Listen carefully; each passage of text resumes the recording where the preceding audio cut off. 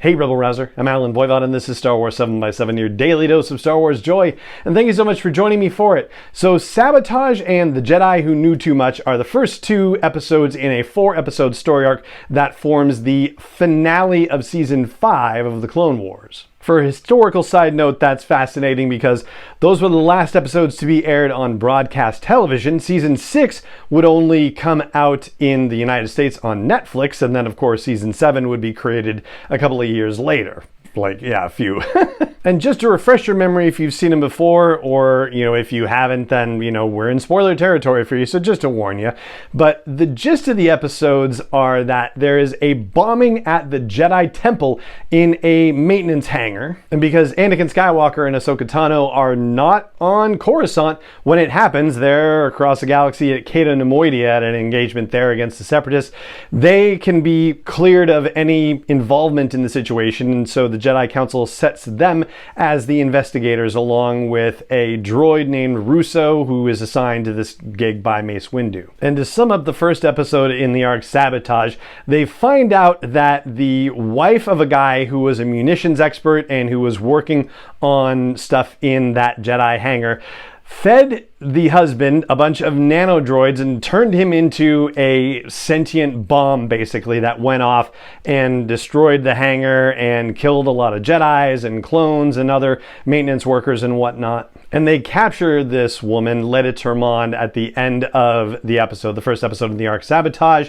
but she delivers one of those, this is bigger than you understand kind of lines that makes you think, okay, what's going on here? Because who gave her the nanodroids to feed to her husband to make him then explode? And then in the next episode, The Jedi Who Knew Too Much, Leda has been removed from Jedi custody and is now in Republic military custody because clones were killed in the situation, but she says that she has things to say and will only say something about it to Ahsoka. So Ahsoka goes to the Republic military prison, and this Leda person is saying, oh yeah, it wasn't just me, there was somebody else who wanted me to do this, and I need you to protect me because I'm being set up and I'm in danger. And before Leda can tell Ahsoka who this person is, someone outside the cell force grabs Leda by the throat, lifts her up in the air, chokes her to death. But on the cameras, it looks like Ahsoka is doing it because, of course, Ahsoka's freaking out. She doesn't understand what's going on or why it's happening. And mysteriously, the sound has been cut to that cell. So there's no audio recording of her going, wait, what's going on? Or anything like that. So naturally, she becomes a suspect in Leda's death. Or actually, just the accused, right? Just very credibly accused under the circumstances. But then a weird thing happens late one night where a key card suddenly magically appears at her cell door, which she's able to use the Force to swipe it and unlock her cell. She thinks Anakin's helping her to escape, but then she finds that a whole bunch of clones have been busted up, and she realizes that she's been set up. Other clones arrive, and then it becomes a crazy, very high action oriented chase throughout the prison facility and then out into the industrial section of Coruscant. And it ends in a scene very reminiscent of The Fugitive, where Harrison Ford and Tommy Lee Jones are in that pipe, and Tommy Lee is like, I don't care, except Anakin is, of course, I care, and says, I can help you. But Ahsoka says, yeah, but no one else is going to trust me, and so you got to trust me to handle this myself. And she takes the leap down into the bowels of Coruscant, and that's where that second episode ends. So that brings us halfway through the story arc. So this episode features an Ahsoka that is definitely more capable than when we saw her in Season 3. In fact, she's progressed to the point where at the very beginning of the episode, she's the one who's rescuing Anakin now when his ship is completely infested with buzz droids and he's knocked unconscious in the midst of everything going on with his ship, and she has to figure out with R2's help how to rescue him. However, watching the episodes like this, having jumped from Season 3 to Season 5, it's a little bit odd to see the maturity situation that they present with Ahsoka in this case, because you feel like she would be a little bit further on, and she's not, but it feels like the reason why she's not is really just to kind of advance the idea of the plot situation, to set Ahsoka up for being suspected of nefarious doings under the circumstances.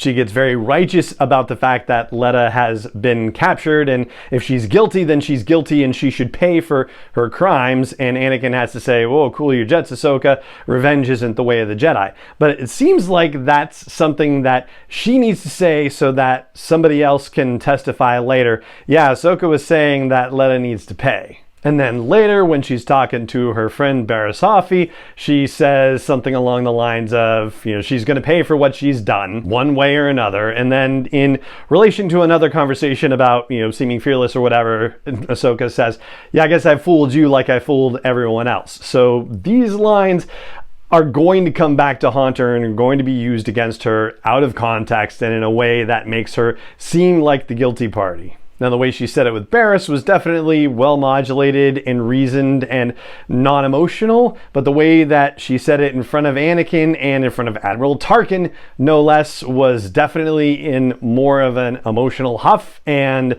yeah, it's unfortunate, and it still feels like it was something that was there purposely to then set up Tarkin and Ahsoka's confrontation later when he comes to visit her in her cell. And I'm like, yeah, I don't think she really would have acted like that. I think they just kind of did it for the purposes of the story. Or emotions were running high post-funeral, perhaps. I suppose that's a possibility too. So anyway, that's a bunch about Ahsoka's emotional state and maturity as far as things have proceeded over the course of the seasons. And the other thing this put me in mind of is the episode of Tales of the Jedi where we see Ahsoka and Anakin drilling over and over again when all the troopers are surrounding her and shooting her with stun bolts and whatnot. The epic chase that happens for the second half of the Jedi Who Knew Too Much episode, Ahsoka is running full tilt and she is fending off stun blasts from clone troopers with her lightsabers while this is going on. And the first thing I thought of when I was watching that was, oh my gosh, this is the result of the drilling that she had from Anakin over this. So she was prepared for exactly this kind of moment, which then ties into what we were talking about in the previous episode about how Anakin's training served her when Anakin wasn't there to help her.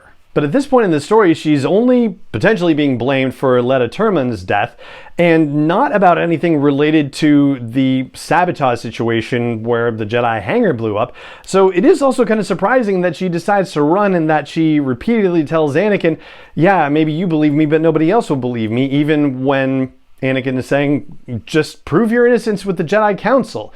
And for all the years that Ahsoka has been known to the Jedi, for her to suddenly believe that they would never believe her and that she has to go on the run to be able to somehow prove her innocence, like that also was a bit troubling as well. Unless, of course, I'm overthinking it and it's not so much about the Jedi Council as it is about the Republic military and that she would have been in Republic military custody and she couldn't be remanded back to the Jedi or anything like that. I don't know. I'd love to hear what you think about that. So if you're catching this on YouTube, hey, there's comments right there. Check it out. And if you're listening to an audio version of this, well, hop on over to the website for the show, sw7x7.com. There's a blog post just for this episode. I'd love to see your comments there. So that's as much as I want to talk about for these two episodes, the first half of this season 5 finale story arc. And we're going to get into some really meaty stuff on tomorrow's episode when we finish looking at the arc. But for now, that is going to do it for today's episode of the podcast. And it just remains for me to say thank you so much for joining me for it, as always. And may the Force be with you, wherever in the world you may be. 7x7 is not endorsed or sponsored yet by Lucasfilm Limited, Disney, or 20th Century Fox, and is intended for entertainment and information purposes only. Star Wars, the Star Wars logo, all names and pictures of Star Wars characters, vehicles, and any other Star Wars related items are registered trademarks and/or copyrights of Lucasfilm Limited, or their respective trademark and copyright holders. May the Force be with them. All original content is copyright by Star Wars 7x7. We hope you love it.